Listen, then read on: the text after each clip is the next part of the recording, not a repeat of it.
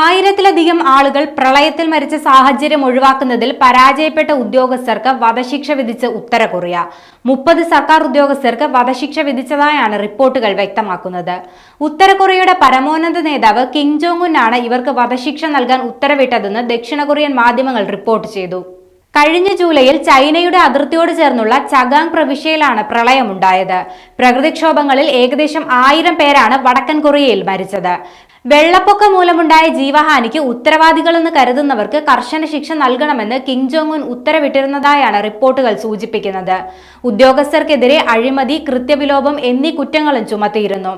ജൂലൈയിലുണ്ടായ കനത്ത മഴ വടക്കൻ കൊറിയയിൽ മണ്ണിടിച്ചിലിനും വെള്ളപ്പൊക്കത്തിനും കാരണമായിരുന്നു. 4000-ലധികം വീടുകൾ തകരുകയും 15,000 പേരെ മാറ്റിപ്പാർപ്പിക്കുകയും ചെയ്തു.